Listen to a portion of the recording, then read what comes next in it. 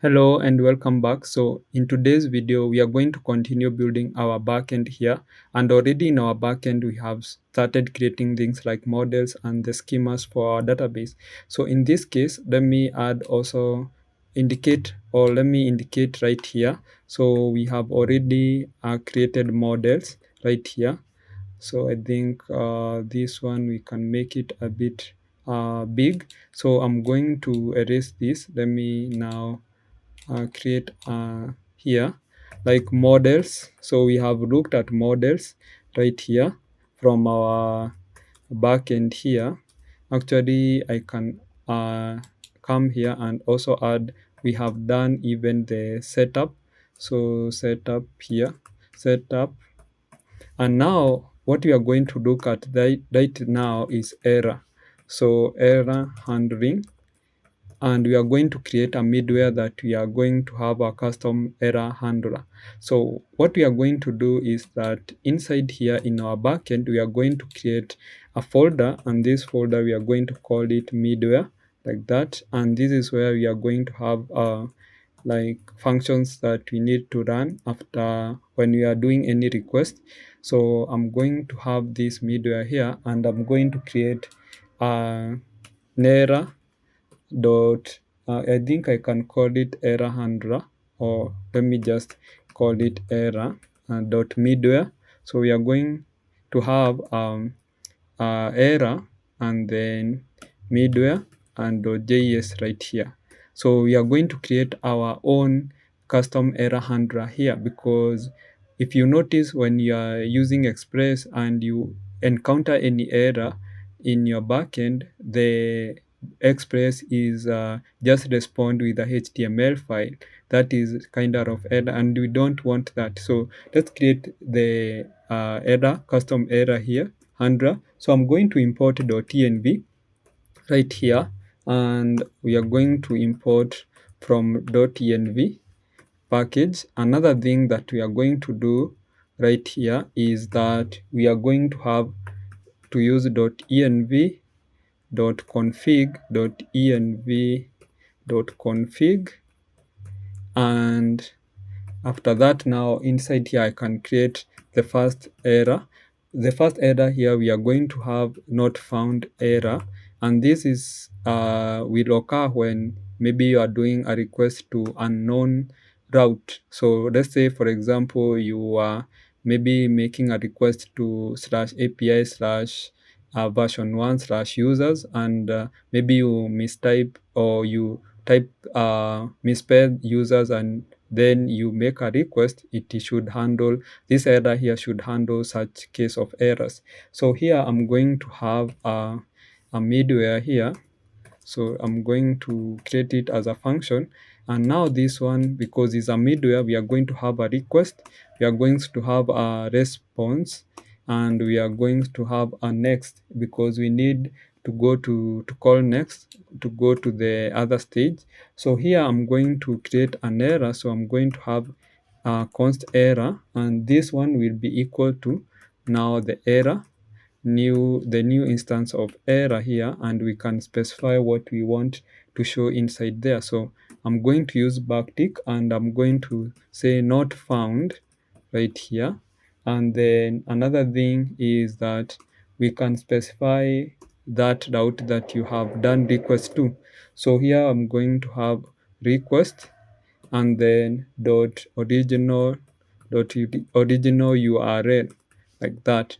So it will be able to send this here down. So I'm going to have res.status, and then here I'm going to have 404 for not found, and then after that I can call next now with that error up there. So like that, and then the request, or we are going to continue now with the other things that you are doing. So you'll be able to see this error here. So error will be passed to that route or something of the sort. You'll be having that error will be shown to you.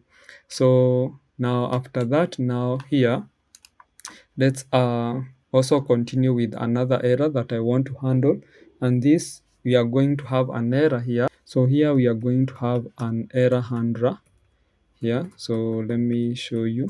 So here we are going to have an error handler here, and this is the one that we are going to use when we want to send a certain error, a custom error.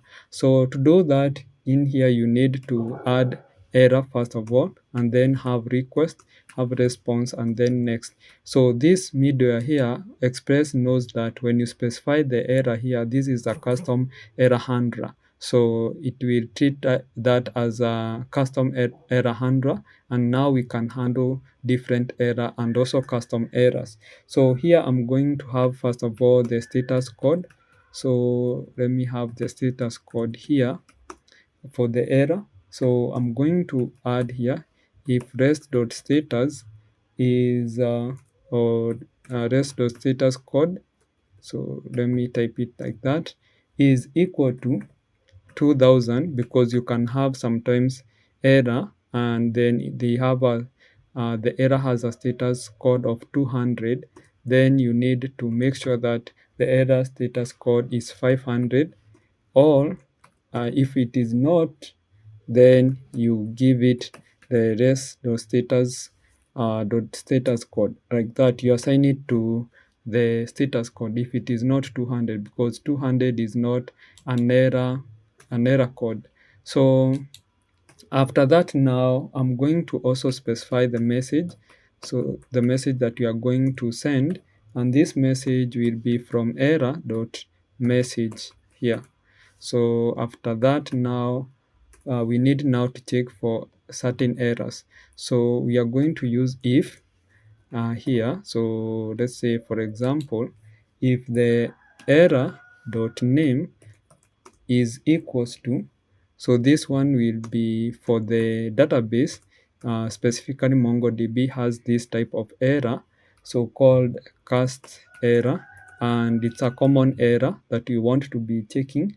So here and also we are going to check for if error dot kind is equal to an object ID. So let's have object ID here, like that. Then here we need to do something. So we are going to send the status code here. We are going to have the status code to be 404. So 404 right here. And also we are going to have the message. The message here should be a message of resource not found. So this one is specific for MongoDB, because this is a common error by MongoDB. So like that, I think that's okay now. So let's do that. And then after that here, we are going to actually make sure that we can now send the this one. We can send the error. So I'm going to have res dot status code, or dot status, sorry, and then you are going to pass in the status code right here, and then dot json, and then inside here we can have the message here, and also we can have a stack. So stack is, for example, when you want to debug. So here we are going to, let me first of all come here and create another variable. So for the variable here, so let me come here and add node environment, node underscore environment, and this one here, let's add this one EB development, because we are in development stage. So I want to use this. So let's come here. So if we want to show the stack if we are in the environment for development, so I'm going to say process.env.node, let's add node underscore env here. If it is like production, so let's have if it is production right here, then we are going to show null, and then like that. But if it is in also development, we are going to show error.stack, so that we can be able to debug the errors. It can show us where the error is, like that. So after that, now the other thing that we are going to do is to just export them. So export, and here we are going to export error handler and also not found here. And by this time you can guess where we are going to use this error handler or where we need to place them. So you can pause this video at this point and be able to at least know where you need to call this error here. So these two. So if you know, then you can proceed, but if you don't know, we need to actually place those error handler here or midwares, and then here we can just have a error midware. So let me add them here, error midware, like that. And then I'm going to have app.use here, and then we can have not found. You can be able to at least import it. You can be able to see it up here. And also we can have app.use, and then now we can call the error handler. So you can be able to see it up there and you can import it. So you can see we have imported them. And here we need also to specify using JS here, the extension, because if we don't do this, then it will have an error because we are using module. So I'm going to save this, and now we can proceed now to authentication. So let me indicate here that we are going to proceed to authentication. So I'm going to actually come here and add. Now we need to go to authentication like that here. So let me add here like a capital A, so authentication like that. So now let's proceed to authentication. So now before we proceed with authentication, there are some things that I want to do, and the first thing that I want to do is to come to the models here, and we want, before we actually save the user to the database, we want to make sure that the password here is encrypted.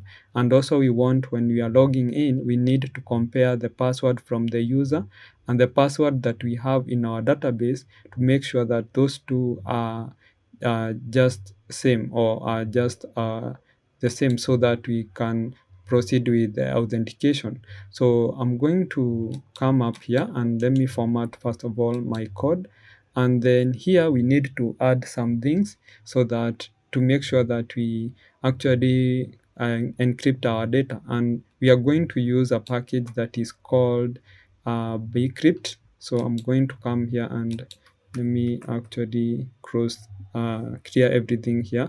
I'm going to navigate to my backend right here, and then after that I can do npm install, and then it is by bcrypt, I think so, bcrypt.js, I think it's bcrypt.js, yes, bcrypt.js, like that. And then let us install it. And also I think we need to have a cookie parser, because also we are going to use our JSON web token and save it in our cookie parser. So let me first of all also make sure that I have those packages here. So I don't have JSON web token, so I'm going to install here npm install. Let me push this up here so that you can see. So I'm going to install JSON web token like that, and also I'm going to install cookie parser, so parser like that. So these two packages we are going to need them. So here I'm going to import up here bcrypt. So let me import bcrypt from let's say bcrypt from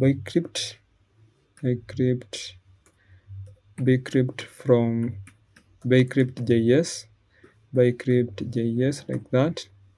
And then let's push this down here, and now we can make sure before we save this user to our database, we encrypt our password. So this a way that you can do, and we can use methods that we have in our schema. So I'm going to say user schema pre, so that means before, and then before what? So before we save, then what do we need to do? So we can have a function here.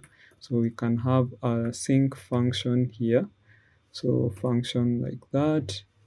I think that's okay. So function here, we are going to have a function that doesn't have any name. So it's anonymous function. And here we can have next. We are going to have next because this is also like a middleware.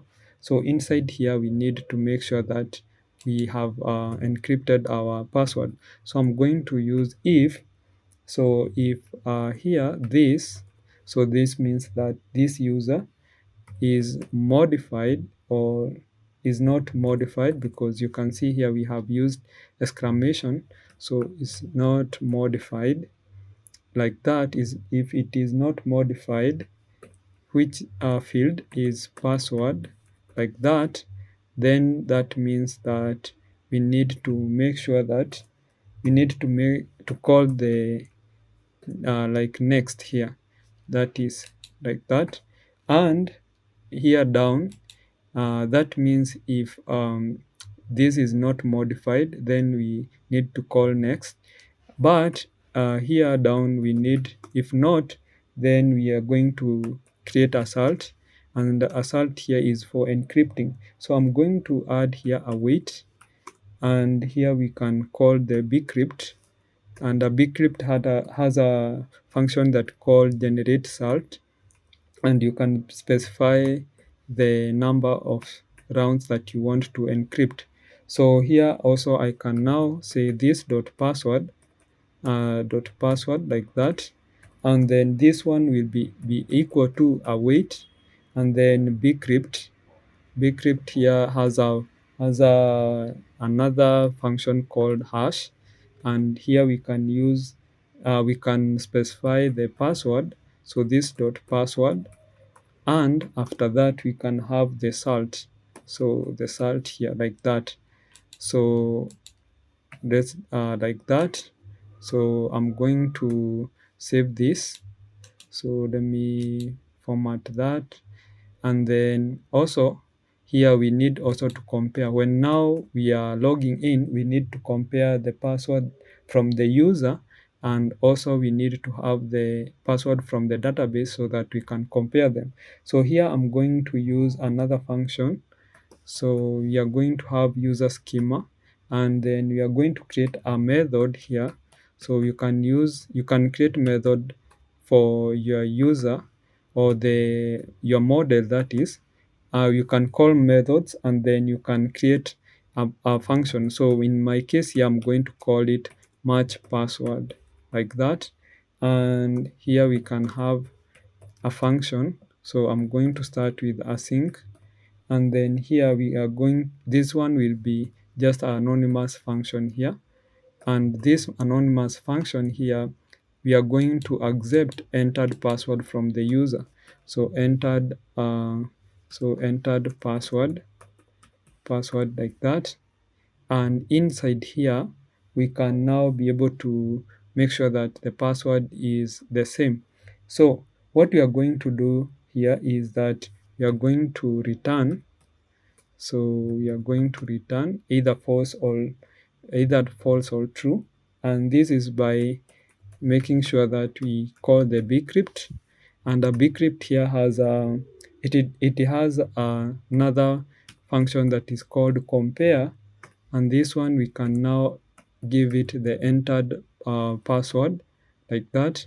And we can also give it like the password now from the database, so this dot password from the user, that is. So this is the easiest way we could have done this functionality, where we are going to have the functionality for registering and logging in, but this one is a bit easy, and you can be able to see how easy it is. So this one is prior to saving the user to our database. We need to make sure that this one is if it is modified, then we call next. That means that modified is encrypted, we go to the next step. But if it is not modified, that means it's not encrypted, then we can be able to encrypt it, we create the salt first of all, and then we use that salt to encrypt our password, and then that is okay. So now we are going to come here to the app here, and here we need also to have the cookie parser. So I'm going to have cookie parser here, and we are going to import cookie parser here from cookie parser like that. So this one also is a middleware, so cookie parser here, so cookie parser like that, and then we can now proceed. So now another thing that I want to do before we start making sure that we log in is to generate token, and that's why I have added this cookie parser right here. So I'm going to remove this or close this code here, and then we are going to be able to come here to util, and I'm going to create here another file that is called generate token here, and then this is .js like that. And here the first thing that we are going to need is to import JSON web token, so JWT from JSON web token like that. Another thing that we need to import is .env, so .env, and this one is from .env like that, and we can be able to configure that .env.config, we call that, and then after that we can have a generate token, so generate token function. This is an arrow function here like that, and also we need to export it, so I'm going to export default, and then this one is generate token like that. So inside here now, so let me just come inside here. So inside here we can have the token, so we can have generate token, or the token here will be using jwt.sign. This is a function by JSON web token, and inside here you need to sign using a certain data. So we are going to accept here several things. We are going to accept a response and user ID, and I'm going to show you how we are going to use it, so that we are going to create a token. So here I'm going to sign using user ID like that, and then after that we are going to use a secret key. So I'm going to have a process.env here, and we are going to create that secret key here.